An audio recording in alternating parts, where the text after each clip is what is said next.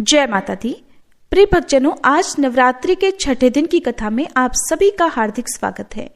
आज माँ दुर्गा के छठे स्वरूप माँ कात्यायनी की पूजा की जाती है और आज की इस वीडियो में आप सभी सुनेंगे माँ कात्यायनी की संपूर्ण कथा। नवरात्रि में छठे दिन माँ भगवती के कात्यायनी स्वरूप की पूजा करके विधि विधान से मंत्र जाप करके जो भक्त कथा का श्रवण करता है, माँ उसके जीवन के सभी कष्ट दूर करती हैं और उनकी झोलियां खुशियों से भर देती हैं। तो आइए हम माँ कात्यायनी का ध्यान करते हुए, उन्हें मन ही मन प्रणाम करते हुए माँ कात्यायनी की कथाओं का श्रवण करते हैं। भगवान श्री कृष्ण को पति रूप में प्राप्त करने के लिए ब्रज की गोपियों ने इन्हीं देवी की पूजा कालिंदी यमुना के तट पर की थी और देवी कात्यायनी को ब्रजमंडल की अधिष्ठात्री देवी के रूप में भी पूजा जाता है। दरअसल ब्रज की गोपियां सांवले सलोने श्री कृष्ण पर अपना सब कुछ न्यौछावर कर चुकी थी। अब उनके जीवन में इच्छा थी तो केवल एक बार श्री कृष्ण के चरणों का कृपा प्रसाद पाने की। सोते जागते, उठते बैठते, खाते पीते, हर समय यानी कि जीवन की प्रत्येक गति में उन गोपियों के तो मन में श्री कृष्ण ही बस गए थे। उन्हें आवश्यकता थी तो केवल श्री कृष्ण को रिझाकर उनके कमल रूपी श्री चरणों में आश्रय प्राप्त करने की। और जब श्री कृष्ण मथुरा चले गए तब सारी गोपियां बेचैन हो गईं, व्याकुल हो गईं। इन्हीं व्याकुलता भरे क्षणों में किसी ब्रज गोपी ने अपनी दादी नानी के मुख से ये सुन लिया कि कात्यायनी देवी व्रत के अनुष्ठान से मनोवांछित वर प्राप्त होता है। बस फिर क्या था, ब्रज की सभी कुमारी गोपियों ने नंद बाबा के लाडले कामदेव की छवि को धूमिल करने वाले और सूर्य की आभा से भी अधिक देदीप्यमान गोविंद माधव को प्राप्त करने के लिए मन में दृढ़ विश्वास रखकर सामूहिक रूप से देवी कात्यायनी को प्रसन्न करने के लिए कात्यायनी व्रत करने का संकल्प एक साथ ले लिया। ब्रज गोपियों ने अपने प्राण प्रियतम को प्राप्त करने के लिए माँ कात्यायनी के पूजन का व्रत विशुद्ध भाव से प्रारंभ कर दिया। जब हेमंत ऋतु आई उसके पहले ही महीने में अर्थात मार्गशीर्ष मास में नंद बाबा के ब्रज की कुमारियां कात्यायनी देवी की पूजा और उपवास करने लगी। वे केवल हविष्यान्न ही खाती थी। वे कुमारी गोपियां पूर्व दिशा का सूरज लाल होते होते यमुना जल में स्नान कर लेती, यानी ब्रह्म मुहूर्त में उठ जाती और तट पर ही देवी की बालुका से मूर्ति बनाकर सुगंधित चंदन, पुष्प, तरह तरह के नैवेद्य, धूप दीप, छोटी बड़ी भेंट की सामग्री, आम, अशोक के पल्लव, फल और चावल आदि से उनका पूजन करती। साथ ही कात्यायनी महामाये महायोगिन्याधीश्वरी नंद गोपसुतम देवी पति में कुरुते नमः इति मंत्रम जपन्यस्ताम पूजाम चक्र कुमारी कहा। इस तरह मंत्र का जाप करती हुई वे कुमारी गोपियां देवी कात्यायनी की आराधना किया करती। इस तरह उन गोपियों का जिनका मन श्री कृष्ण के प्रति निछावर हो चुका था, जिनका तन मन श्री कृष्णमय हो चुका था, इस संकल्प के साथ उन्होंने 1 महीने तक देवी कात्यायनी की भली भांति पूजा की। इस प्रकार की नंद नंदन श्याम सुंदर ही हमारे पति हों। वे प्रतिदिन ब्रह्म मुहूर्त में ही नाम ले लेकर एक दूसरी सखी को पुकार लेती और फिर एक दूसरे के हाथ में हाथ डालकर ऊंचे ऊंचे स्वर से भगवान श्री कृष्ण की लीला और नामों का गान करती हुई यमुना जल में स्नान करने के लिए जाती। एक दिन सारी गोपियों ने प्रतिदिन की तरह यमुना जी के तट पर जाकर अपने अपने वस्त्र उतार दिए और भगवान श्री कृष्ण के गुणों का गान करती हुई बड़े आनंद से वे जल क्रीड़ा करने लगी। भगवान श्री कृष्ण सनकादि योगियों और शंकर आदि योगीश्वरों के भी ईश्वर हैं। उनसे गोपियों के मन की यह इच्छा छुपी नहीं रही। वे उनका अभिप्राय जानकर अपने सखा ग्वाल बालों के साथ उन कुमारी गोपियों की साधना सफल करने के लिए यमुना तट पर पहुंच गए। उन्होंने अकेले ही उन सब गोपियों के सारे वस्त्र उड़ा दिए और बड़ी फुर्ती से कदम्ब के एक वृक्ष पर चढ़ गए।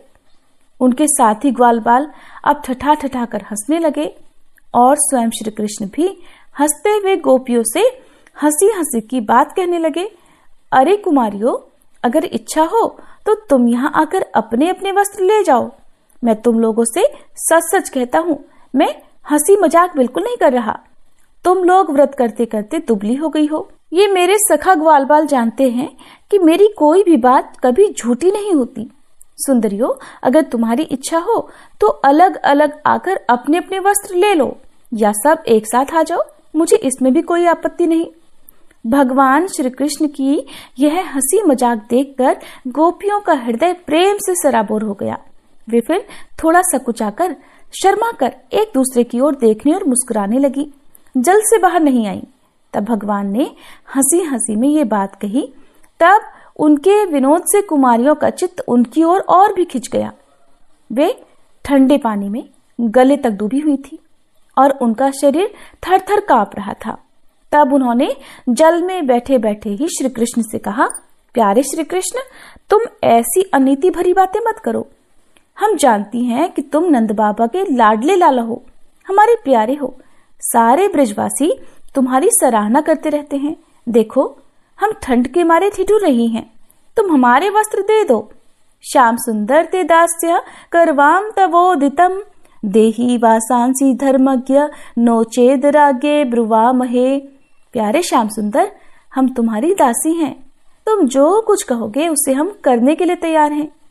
हमें कष्ट मत दो, हमारे वस्त्र हमें दे दो, नहीं तो हम जाकर अभी नंद बाबा से कह देंगी। तब श्री कृष्ण मुस्कुराते हुए बोले, गोपियों, तुम्हारी मुस्कान पवित्रता और प्रेम से भरी है। देखो, जब तुम अपने को मेरी दासी स्वीकार करती हो और मेरी आज्ञा का पालन करना चाहती हो तो यहाँ आकर अपने अपने वस्त्र ले लो। वे गोपियां जल में बहुत देर से बैठी हुई थी, ठंड के मारे कांप रही थी। किसी तरह सकुचाते हुए वे गोपियां यमुना जी से बाहर निकली। उस समय उन्हें ठंड बहुत सता रही थी। उनके इस शुद्ध भाव से भगवान बहुत ही प्रसन्न हुए। उन्हें अपने पास आई देखकर उन्होंने गोपियों के वस्त्र अपने कंधे पर रख लिए। फिर बड़ी प्रसन्नता से मुस्कुराते हुए बोले, अरे गोपियों, तुमने जो व्रत किया था उसे तुमने अच्छी तरह निभाया, इसमें संदेह नहीं। लेकिन इस अवस्था में वस्त्रहीन होकर तुमने जल में स्नान किया है। इससे तो जल के अधिष्ठाता देवता वरुण का और यमुना जी का अपराध हुआ है। इसलिए अब इस दोष की शांति के लिए तुम अपने हाथ जोड़कर सिर से लगाओ और उन्हें झुककर प्रणाम करो। इसके बाद अपने अपने वस्त्र ले जाओ। भगवान श्री कृष्ण की ये बात सुनकर उन गोपियों ने ऐसा ही समझा कि वास्तव में वस्त्रहीन होकर स्नान करने से हमारे व्रत में त्रुटि आ गई। अब उसकी निर्विघ्न पूर्ति के लिए उन्होंने समस्त कर्मों के साक्षी श्री कृष्ण को नमस्कार किया, क्योंकि उन्हें नमस्कार करने से ही सारी गलतियों और अपराधों का मार्जन हो जाता है, सब क्षमा हो जाते हैं। जब यशोदानंदन भगवान श्री कृष्ण ने देखा कि सब की सब कुमारी गोपियां मेरी आज्ञा के अनुसार प्रणाम कर रही हैं, तब वे बहुत प्रसन्न हुए। उनके हृदय में गोपियों के प्रति करुणा उमड़ आई और फिर उन्होंने उनके वस्त्र दे दिए। श्री कृष्ण ने गोपियों से छल भरी बातें की, उनका लज्जा संकोच छुड़ाया, हंसी की और उन्हें कठपुतलियों के समान नचाया, यहाँ तक कि उनके वस्त्र भी हर लिए। फिर भी वे गोपियां उनसे रुष्ट नहीं हुई। उनकी इन चेष्टाओं को उन्होंने दोषी नहीं माना, बल्कि अपने प्रियतम के संग से वो तो और भी प्रसन्न हो गई। गोपियों ने अपने अपने वस्त्र पहन लिए, लेकिन श्री कृष्ण ने उनके चित्त को इस प्रकार अपने वश में कर रखा था कि वे वस्त्र पहनने के बाद भी वहां से एक कदम भी आगे नहीं बढ़ पाई। अपने प्रियतम के समागम के लिए सजकर वे उन्हीं की ओर लजीले चितवन से निहारती रहीं। भगवान ने देखा कि उन गोपियों ने उनके चरण कमलों के स्पर्श की कामना से ही ये व्रत धारण किया है और उनके जीवन का यही एकमात्र संकल्प है। तब गोपियों के प्रेम के अधीन होकर ऊखल तक में बंध जाने वाले भगवान श्री कृष्ण उनसे कहने लगे, मेरी परम प्रेयसी कुमारियों, मैं तुम्हारा यह संकल्प जानता हूं कि तुम मेरी पूजा करना चाहती हो। तुम्हारी इस इच्छा का अनुमोदन करता हूं। तुम्हारा ये संकल्प सत्य होगा, तुम मेरी पूजा कर सकोगी। जिन्होंने अपना मन और प्राण तक मुझे समर्पित कर रखा है, उनकी कामनाएं उन्हें सांसारिक भोगों की ओर ले जाने में समर्थ नहीं होती। ठीक वैसे ही जैसे भुने हुए या उबले हुए बीज फिर से अंकुर के रूप में उगने के लायक नहीं रह जाते। इसलिए गोपियों, अब तुम अपने अपने घर लौट जाओ। तुम्हारी साधना सिद्ध हो गई है। अब आने वाली शरद ऋतु की रात्रियों में तुम मेरे साथ विहार करोगी। गोपियों, इसी उद्देश्य से तुम लोगों ने यह व्रत और कात्यायनी देवी की पूजा की थी। फिर भगवान की आज्ञा पाकर वह गोपियां जाने की इच्छा न होने पर भी बड़े कष्ट से व्रज में गईं। अब उनकी सारी कामनाएं पूर्ण हो चुकी थी। इस प्रकार जैसी जिसके मन में कामना हो, कात्यायनी देवी और भगवान श्री कृष्ण की कृपा से वह मनोकामना पूर्ण हो जाती है। माँ कात्यायनी का नाम कात्यायनी क्यों पड़ा, इसके विषय में पुराणों में कथा प्रचलित है। पौराणिक कथाओं के अनुसार वामिक नाम के एक ऋषि थे जिनके पुत्र का नाम कत्य था। आगे चलकर कत्य वंश में ऋषि कात्यायन का जन्म हुआ। उनकी कोई संतान नहीं थी और वे देवी भगवती को अपनी पुत्री के रूप में पाने की तीव्र इच्छा रखते थे। ऋषि कात्यायन ने अपनी इस इच्छा की पूर्ति के लिए कठोर तपस्या प्रारंभ कर दी और फिर एक दिन उनकी भक्ति से प्रसन्न होकर देवी भगवती उनके समक्ष प्रकट हुई। ऋषि कात्यायन ने अपनी इच्छा व्यक्त की और देवी ने उनके घर पुत्री के रूप में जन्म लेने का वचन दिया। इस दौरान राक्षस महिषासुर का आतंक तीनों लोकों में फैल गया, जिससे देवता और मनुष्य दोनों त्रस्त हो गए। इसे समाप्त करने के लिए ब्रह्मा, विष्णु और शिवजी ने अपनी शक्तियों को मिलाकर देवी की रचना की और इसी दिव्य शक्ति ने ऋषि कात्यायन के घर जन्म लिया। इसलिए ऋषि कात्यायन के घर जन्म लेने के कारण ही माँ का नाम कात्यायनी पड़ गया। उनके जन्म के बाद ऋषि कात्यायन ने 3 दिनों तक सप्तमी, अष्टमी और नवमी को भक्ति पूर्वक उनकी पूजा की। 10वें दिन देवी कात्यायनी ने महिषासुर को परास्त कर उसका वध किया और तीनों लोगों को उसके अत्याचार से मुक्त कराया। ये थी माँ कात्यायनी की कथा। और आज के दिन भगवान श्री कृष्ण और राधा रानी की कथा सुनकर जो भक्त सच्चे मन से फिर माँ कात्यायनी की पूजा करता है और गोधूली मुहूर्त में कथा का श्रवण करके दीपदान करता है, उसके सभी मनोरथ राधा रानी की कृपा से पूर्ण हो जाते हैं। तो प्रिय भक्तजनों, अब सुनिए श्री श्यामा श्याम जी की कुछ पावन कथाएं। प्रिय श्रोताओं, अगर कान्हा जी को प्रसन्न करना है और कान्हा जी की कृपा पानी है तो पहले राधा रानी का नाम लेना चाहिए, और अगर राधा रानी को प्रसन्न करना है तो कान्हा जी का नाम रटना चाहिए और कान्हा जी की भक्ति करनी चाहिए। राधा रानी बहुत प्रसन्न हो जाती हैं। और जिस पर राधा रानी की कृपा हो, भला वो निस्सहाय कैसे रह सकता है। एक बार की बात है, वृंदावन में एक संत रहते थे। श्रीमद् भागवत पुराण में उनकी बड़ी निष्ठा थी। उनका रोज का नियम था कि वो भागवत महापुराण का रोज एक अध्याय का पाठ किया करते और पाठ करने के बाद उस पाठ को राधा रानी जी को अर्पण कर देते। वो संत वृंदावन छोड़कर कहीं भी आते जाते नहीं थे। उन्हें जो कुछ भी चाहिए था, लोग भक्ति भाव से खाना पीना, उनकी जरूरत का सामान उनके कुटिया पर ही दे जाया करते थे। वो संत भी अपनी कुटिया में बैठे बैठे या तो किशोरी जी का नाम जपते रहते या फिर श्रीमद् भागवत का पाठ किया करते। ऐसा करते करते उन्हें कई वर्ष बीत गए। एक दिन भी ऐसा नहीं था जब उन्होंने इस बीच राधा रानी को भागवत का अध्याय न सुनाया हो। वे संत अब बूढ़े हो रहे थे। श्रोताओं, ये बुढ़ापा ऐसा ही होता है। शरीर के सारे अंग कमजोर हो जाते हैं। कानों से सुनाई देना कम हो जाता है, आंखों से दिखाई देना कम हो जाता है, यहाँ तक कि चलने के लिए शरीर में शक्ति भी नहीं रह जाती। अब भागवत का जब वो पाठ करने बैठते तो उन्हें भागवत के अक्षर बहुत धुंधले से दिखाई देते। पढ़ने में बड़ी कठिनाई होती। बहुत देर तक नजरें गड़ाए रहते, तब धीरे धीरे जो कुछ समझ में आता उसी को पढ़ने लगते। कुछ दिनों के बाद तो अब उन्हें दिखना और भी कम हो गया। भागवत कथा पढ़ने में असमर्थ हो रहे संत जी को सिर्फ एक बात का अफसोस था। अफसोस इस बात का नहीं था कि उनकी आंखों की रोशनी कम हो रही थी। अफसोस इस बात का था कि अब वो भागवत का पाठ कैसे करेंगे और कैसे राधा रानी को भागवत सुनाएंगे। उनका कई वर्षों का एक नियम था जो ऐसा लगता था अब टूट रहा है। ऐसा लगता था जैसे अब वो इस नियम का पालन नहीं कर पाएंगे। हर समय उनके मन में बस यही दुख रहता कि अब मैं राधा रानी को भागवत कैसे सुना पाऊंगा। अब एक दिन की बात है, उन्होंने भागवत की पुस्तक निकाली और पढ़ने का प्रयास किया, लेकिन सारे अक्षर धुंधले दिखाई दे रहे थे। उन्हें एक भी अक्षर समझ में नहीं आया। बड़े दुखी हो गए और दुखी मन से अब वे भगवान कृष्ण को याद करने लगे कि प्रभु, मैं इतने दिनों से भागवत का पाठ कर रहा हूं, आपने आज ऐसा क्यों किया? बताइए, अब मैं राधा रानी को पाठ कैसे सुनाऊंगा? और ये सोचकर और भगवान को याद करते करते वो रोने लगे। रोते रोते सारा दिन बीत गया, शाम हो गई। यहाँ तक कि दुख के मारे संत जी ने उस दिन कुछ भी नहीं खाया पिया, क्योंकि उनका रोज का नियम था कि जब तक वो भागवत का एक पाठ राधा रानी को सुनाकर उन्हें समर्पित नहीं करते, वो भोजन ही नहीं करते थे, ना ही पानी पीते थे।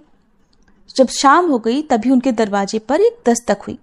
किसी ने दरवाजा खटखटाया और एक तो संत जी को वैसे ही कम दिखाई दे रहा था। उन्हें यह भी नहीं पता चलता था कि सामने कौन उनसे बात कर रहा है या कौन उनके दरवाजे पर दस्तक दे रहा है। वे किसी को पहचानने में भी असमर्थ हो चुके थे। किसी तरह से दरवाजे पर पहुंचे, दरवाजा खोलकर बोले, कौन है?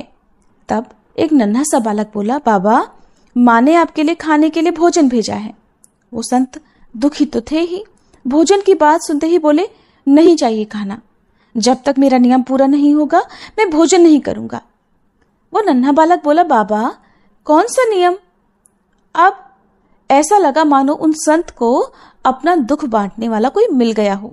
सुबह से शाम हो गई, उनके मन में जो भारी दुख था अब वे उसी बालक को सुनाते हुए बोले, बेटा, मैं रोज अपनी राधा रानी को भागवत का एक पाठ सुनाया करता हूँ और उसके बाद ही कुछ खाता हूँ, और आज तो सुबह से शाम हो गई, मैंने पढ़ने का बहुत प्रयास किया, लेकिन मेरी आंखों से आज तो बिल्कुल भी नहीं दिखाई दे रहा। ऐसा लगता है आज ही मेरी आंखों की रोशनी चली गई है। ऐसा कहकर वो संत बाबा रोने लगे।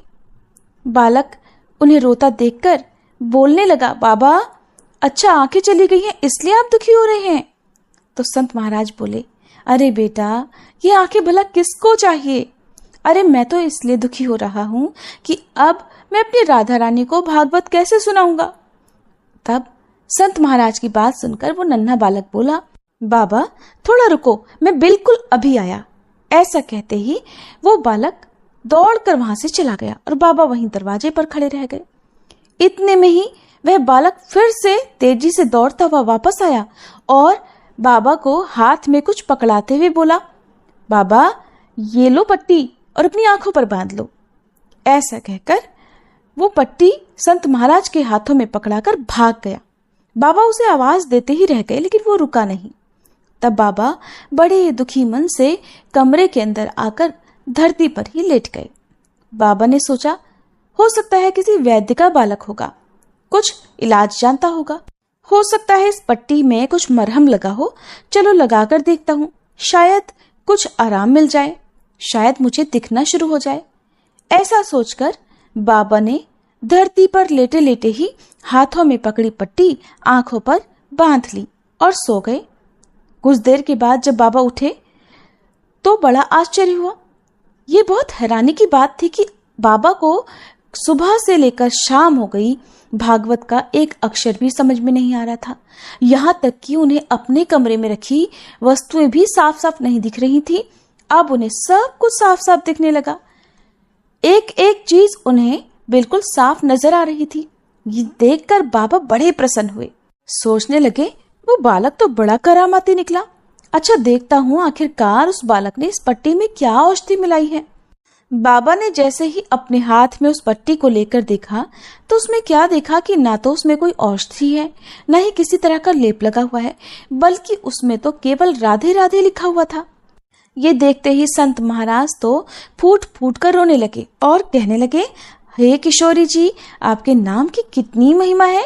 आपका नाम लिखा भर होने से इस पट्टी से मुझ अंधे को आंखें वापस मिल गई, मुझे और क्या चाहिए। बाबा बोले, राधे, मुझसे श्लोक सुनने में आपको कितना आनंद आता है।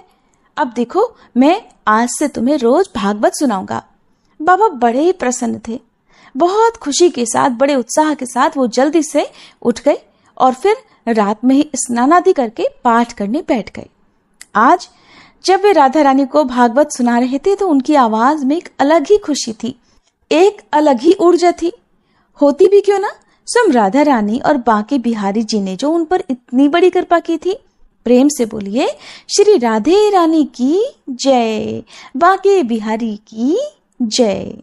जैसे कान्हा जी अपने सच्चे भक्तों पर बहुत जल्दी प्रसन्न हो जाते हैं और उनकी पुकार सुनकर वो दौड़े चले आते हैं, उसी तरह राधा रानी भी अपने भक्तों की पुकार जरूर सुनती हैं। एक बार की बात है, एक सेठ जी थे और एक गांव में रहा करते थे। भरा पूरा परिवार था। वो बहुत धनी थे। उनके 3 बेटे थे, लेकिन उनकी कोई भी बेटी नहीं थी। इस बात की कमी सेठ जी को बहुत खलती थी। कुछ समय बीता तो एक दिन सेठ जी की पत्नी का देहांत हो गया। समय का पहिया घूमता रहा। समय हुआ तो विवाह योग्य सभी बेटों का विवाह भी कर दिया गया। सेठ जी का अच्छा खासा कारोबार था। दिन भर सेठ जी के बेटे कारोबार संभालते और शाम होने पर अपने बच्चे और अपनी पत्नियों के साथ व्यस्त रहते। सेठ जी की सुनने वाला अब परिवार में कोई नहीं था।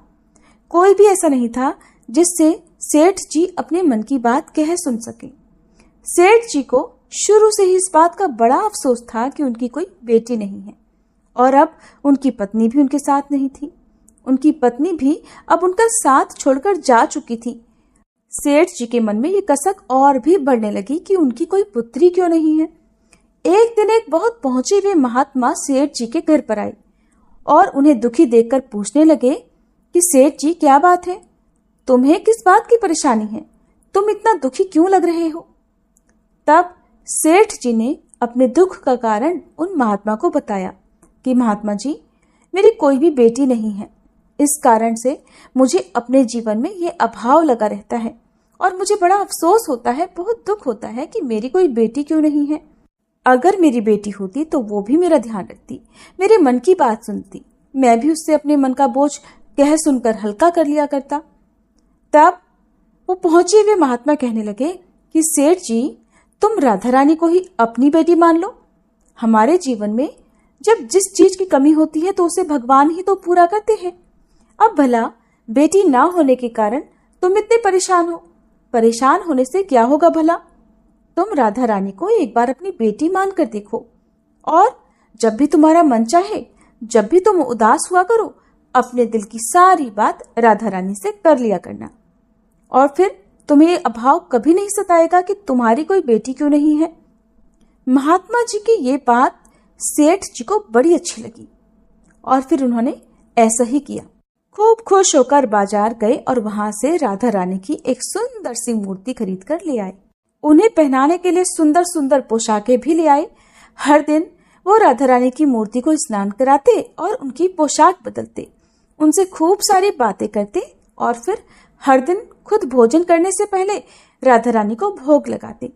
सोने से पहले ये उनका नियम बन गया था कि वो राधा रानी के साथ खूब बातें करते, दिन भर की बातें राधा रानी को सुनाया करते। ऐसा करते करते सेठ जी दिल से ही राधा रानी को अपनी बेटी मानने लगे और वो ये भूल ही गए कि उनकी कोई बेटी नहीं है और वे इस एक निर्जीव सी मूर्ति को ही अपनी बेटी मान बैठे हैं। लेकिन भक्ति में मगन सेठ जी को किसी भी बात का आभास नहीं था। उन्हें बस पता था तो ये कि उनकी एक बेटी है जिससे वो हर दिन खूब सारी बातें करते हैं। अब जब तक सेठ जी दिन भर राधा रानी से बात ना कर लें या उनकी पसंद का भोजन राधा रानी को ना खिला ले, उनका मन ही नहीं लगता था। जब तक वह उनसे बात नहीं कर लेते तब तक उनके मन को बड़ी बेचैनी रहती। बहुत सारी बातें करने के बाद, अपने दिल की सारी बातें कहने के बाद ही उनके मन को सुकून आया करता था। एक बार की बात है, सेठ जी के घर पर चूड़ी बेचने वाली एक मनिहारिन आया करती थी और सेठ जी की बहुएं उस मनिहारिन से खरीद कर चूड़ियां पहनती थी। एक दिन वह मनिहारिन चूड़ी बेचने के लिए सेठ जी के घर आई। तब उसने सेठ जी की तीनों बहुओं को उनकी पसंद की चूड़ियां पहनाई। मनिहारिन सेठ जी के घर पर बैठी हुई थी। सेठ जी की तीनों बहुएं तो चूड़ियां पहनकर चली गईं। उनके ही सामने एक छोटी सी कन्या आई और मनिहारिन से कहने लगी कि मुझे भी चूड़ियां पहना दो, खूब सारी रंग बिरंगी। चूड़ी वाली ने सोचा कि शायद सेठ जी के घर पर कोई मेहमान आया होगा, उन्हीं की ये कन्या होगी, तो उसने भी उस नन्ही बालिका को चूड़ियां पहना दी और उसके बाद वो चूड़ी वाली मनिहारिन सेठ जी से पैसे मांगने सेठ जी की दुकान पर पहुंच गई और कहने लगी कि मुझे चूड़ियों के पैसे दे दो। और उसने पहले से अधिक पैसे मांगे तो सेठ जी ने कहा, क्या बात है, तुम हर बार तो इतने रुपए की चूड़ियां पहना कर जाती हो, क्या अब तुम्हारी चूड़ियां महंगी हो गई हैं जो हर बार से अधिक रुपए मांग रही हो? तो मनिहारिन बोली कि नहीं सेठ जी, मैंने चूड़ियों का दाम तो नहीं बढ़ाया, हाँ लेकिन आज मैंने 3 लोगों को नहीं बल्कि 4 लोगों को चूड़ियां पहनाई हैं। सेठ जी ने सुना तो कहने लगे, अरे तुमसे कोई गलती होगी, मेरे घर पर तो चूड़ी पहनने के लिए सिर्फ 3 बहुएं हैं, ये लो तुम 3 बहुओं की चूड़ी के पैसे रखो। मनिहारिन भी कुछ नहीं बोली, सेठ जी से पैसे लेकर चुपचाप अपने घर आ गई। शाम हुई तो सेठ जी दुकान से अपने घर पर आए। आकर उन्होंने सबसे पहले राधा रानी को भोग लगाया और फिर हर बार की तरह दिन भर की सारी बातें राधा रानी से बताई और सो गए।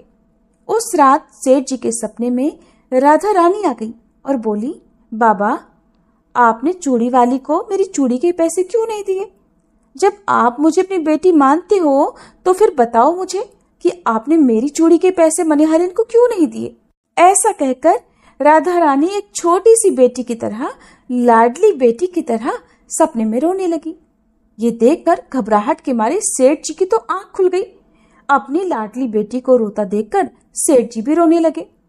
जब सुबह हुई तो भागे भागे मनिहारिन के घर गए और बहुत सारे सोने के सिक्के उसके पैरों में रख दिए और मनिहारिन से बोला कि बहन, तुम कल सच बोल रही थी कि तुमने कल 4 को ही चूड़ी पहनाई थी और मैंने तो श्री जी को अपनी बेटी माना है।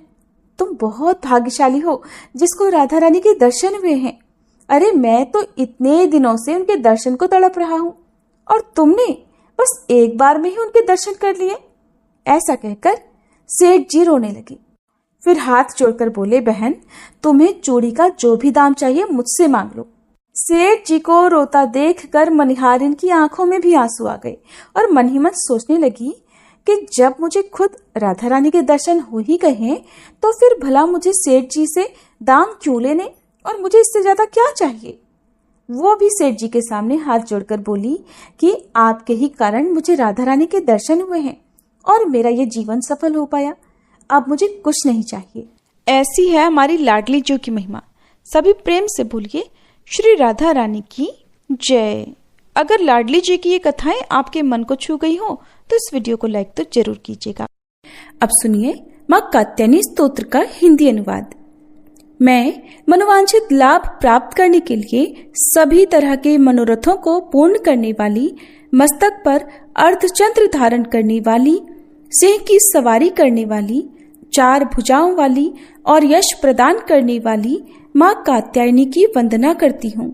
कात्यायनी माता के शरीर का रंग स्वर्ण धातु जैसा चमकदार है। वे हमारे आज्ञा चक्र में स्थित होती हैं और उसे मजबूत करने का कार्य करती हैं।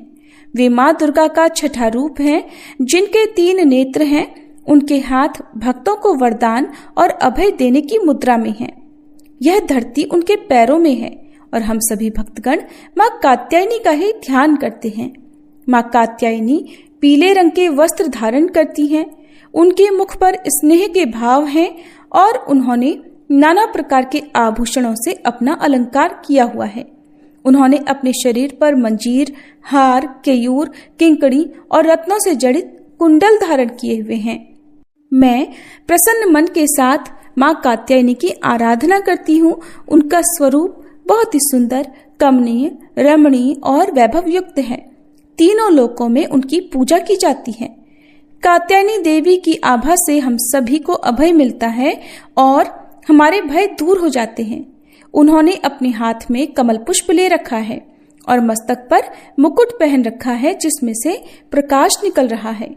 उनका मुख आनंद देने वाला है और वे भगवान शिव की पत्नी हैं और हम सब उन्हें नमस्कार करते हैं।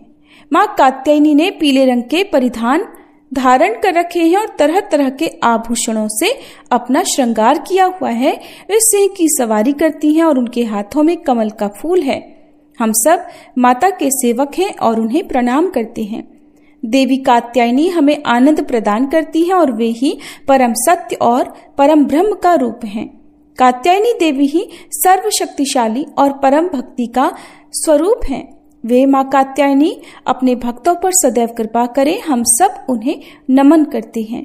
माँ कात्यायनी इस विश्व को चलाती हैं, हमें जीवन देती हैं, हमारा जीवन लेती भी हैं और इस विश्व में प्रेम का संचार करती हैं। वे ही इस विश्व के प्राणियों की हर चिंता हर लेती हैं। हम सभी माता को बारंबार प्रणाम करते हैं। माँ कात्यायनी इस सृष्टि का बीज मंत्र हैं और वे ही इस सृष्टि की आधार देवी हैं। जो भी कात्यायनी माता के बीज मंत्र का जाप करता है उसे परम आनंद की प्राप्ति होती है। कात्यायनी माता ही हमारा भरण पोषण करती है। हम सभी कात्यायनी देवी की ही संतान हैं। कात्यायनी माँ के ध्यान से हमें हर्ष की अनुभूति होती है। वे ही हमें धन और सुख प्रदान करती हैं। जो भी सच्चे मन के साथ कात्यायनी देवी के बीज मंत्र का जाप करता है उसकी तपस्या सफल हो जाती है और वह मोक्ष को प्राप्त कर लेता है। हम सभी माँ कात्यायनी के बीज मंत्र का जाप करते हैं और उनकी पूजा करते हैं। वे ही हमारे जीवन को सुखमय बनाती हैं और विपत्तियों से हमारी रक्षा भी करती हैं। कात्यायनी माता ही हमारा भूतकाल, वर्तमान और भविष्यकाल निर्धारित करती हैं। हम सभी माँ कात्यायनी के ही रूप हैं। हम सभी माँ कात्यायनी को बारंबार प्रणाम करते हैं। ये था माँ कात्यायनी को समर्पित स्तोत्र पाठ। सभी प्रेम से बोलिए कात्यायनी मैया की जय। अब सुनिए श्री दुर्गा चालीसा पाठ और आरती। नमो नमो दुर्गे सुख करनी, नमो नमो अम्बे दुख हरनी। निरंकार है ज्योति तुम्हारी, तिहु लोक फैली उजियारी। शशि ललाट मुख महाविशाला, नेत्र लाल भ्रकुटी विकराला। रूप मातु को अधिक सुहावे, दर्श करत जन अति सुख पावे। तुम संसार शक्ति लय कीना, पालन हेतु अन्न धन दीना। अन्नपूर्णा हुई जगपाला, तुम ही आदि सुंदरी बाला। प्रलय काल सब नाशनहारी, तुम गौरी शिव शंकर प्यारी। शिव योगी तुम्हारे गुण गावे, ब्रह्मा विष्णु तुम्हें नित ध्यावे। रूप सरस्वती को तुम धारा, दे सुबुद्धि ऋषि मुनिन उबारा। धर्यो रूप नरसिंह को अम्बा, प्रगट भई फाड़ कर खम्बा। रक्षा करी प्रहलाद बचायो, हिरणाकुश को स्वर्ग पठायो। लक्ष्मी रूप धरो जग माही, श्री नारायण अंग समाही। क्षीर सिंधु में करत विलासा, दया सिंधु दीजय मन आसा। हिंगलाज में तुम ही भवानी, महिमा अमित न जात बखानी। मातंगी अरुधुमावती माता, भुवनेश्वरी बगला सुखदाता। श्री भैरव तारा जगतारिणी, छिन्न भाल भव दुख निवारिणी। के हरि वाहन सोह भवानी, लांगुर वीर चलत अगवानी। कर में खप्पर खड्ग विराजे, जाको देख काल डर भाजे। सोहे अस्त्र और त्रिशूला, जाते उठत शत्रु ही शूला। नगर कोटि में तुम ही विराजत, तिहु लोक में डंका बाजत। शुंभ निशुंभ दानव तुम मारे, रक्त बीज शंखन संहारे। महिषासुर नृप अति अभिमानी, जहि अघभार मही अकुलानी। रूप कराल कालिका धारा, सेन सहित तुम तिहि संहारा। परिगाढ़ संतन पर जब जब, भई सहाय मातु तुम तब तब। अमरपुरी अरुबा सब लोका, तब महिमा सब रहे अशोका। ज्वाला में है ज्योति तुम्हारी, तुम्हें सदा पूजे नर नारी। प्रेम भक्ति से जो जस गावे, दुख दारिद्र निकट नहीं आवे। ध्यावे तुम्हें जो नर मन लाई, जन्म मरण ताको छुट जाई। जोगी सुर मुनि कहत पुकारी, योग न हो बिन शक्ति तुम्हारी। शंकर आज रज तप कीनो, काम अरु क्रोध जीत सब लीनो। निषदन ध्यान धरो शंकर को, काहु काल नहीं सुमिरो तुमको। शक्ति रूप को मरम न पायो, शक्ति गई तब मन पछतायो। शरणागत हुई कीर्ति बखानी। जय जय जय जगदम्ब भवानी, भई प्रसन्न आदि जगदम्बा, दई शक्ति नहीं कीन विलंबा। मोको मातु कष्ट अति घेरो, तुम बिन कौन हरे दुख मेरो। आशा तृष्णा निपट सतावे, मोह मदादिक सब विनशावे। शत्रुनाश की जय महारानी, सुमिरो एक चित तुम्हें भवानी। करो कृपा है मातु दयाला, रिद्धि सिद्धि दे करहु निहाला। जब लग जीऊँ दया पल पाऊँ, तुम्हरो यश मैं सदा सुनाऊँ। दुर्गा चालीसा जो कोई गावे, सब सुख भोग परम पद पावे। श्री दुर्गा चालीसा समाप्त। ओम जय कात्यायनी माँ, मैया जय कात्यायनी माँ। पूजन तेरा करते दया मानित करना। ओम जय कात्यायनी माँ। उमा पार्वती गौरी दुर्गा तुम ही हो माँ। चार भुजाधारी माँ, गावे तेरी महिमा। ओम जय कात्यायनी माँ। महिषासुर को मारा, देवों को अभय दिया। आया जो तुम्हारी शरण माँ, कष्टों से दूर किया। ओम जय कात्यायनी माँ।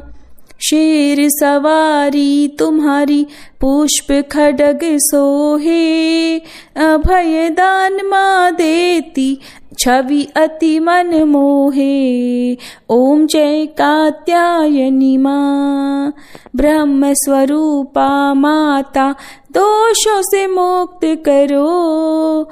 दुर्गुण हर लो माता, भक्तों पर दया करो। ओम जय कात्यायनी माँ। छठवें नवरात्रि में पूजे जन माता। गोधूली बिला है पावन, ध्यावे जो सुख पाता। ओम जय कात्यायनी माँ। हम अज्ञानी मैया, ज्ञान प्रदान करो। कब से तुम्हें पुकारे मैया, दर्शन दो। ओम जय कात्यायनी माँ। सभी देव तुम्हें ध्यावे, नमन करे सृष्टि। हम भी करे गुणगान, कर दो माँ सुख वृष्टि। ओम जय कात्यायनी माँ। कात्यायनी मैया की आरती नित गाओ। भरेगी माँ भंडारे, चरणों में नित आओ। ओम जय कात्यायनी माँ। ओम जय कात्यायनी माँ। मैया जय कात्यायनी माँ। पूजन मैया तेरा करते, दया मानित करना। ओम जय कात्यायनी माँ। प्रेम से बोलिए शेरों वाली मैया की जय, कात्यायनी मैया की जय। प्रिय भक्तजनों, अब हम सभी मिलकर माता रानी से क्षमा याचना करते हैं, ताकि हमारे द्वारा हुई किसी भी गलती के लिए माता रानी हमें क्षमा कर सके। हे परमेश्वरी, मेरे द्वारा रात दिन सहस्त्रों अपराध होते रहे हैं, अतः आप मुझे अपनी सेवक समझकर कृपा पूर्वक मेरे उन अपराधों को क्षमा करो। न तो मैं आह्वान करना ही जानती हूँ, न विसर्जन करना ही जानती हूँ, और न पूजा ही करना जानती हूँ। हे परमेश्वरी, मुझे क्षमा करो। हे सुरेश्वरी, मैंने जो मंत्रहीन, क्रियाहीन और भक्तिहीन पूजन किया है, वह सब आपकी दया से पूर्ण हो। सैकड़ों अपराध करके भी भक्त आपकी शरण में आकर केवल जगदम्ब कहकर ही मोक्ष को प्राप्त करते हैं, जिसे ब्रह्मादि देवगण भी पाने में असमर्थ होते हैं। हे जगदम्बिके, मैं अपराधी हूँ, किंतु आपकी शरण में आई हूँ, अतः इस समय मैं दया की पात्र हूँ। आप जैसा चाहो वैसा करो।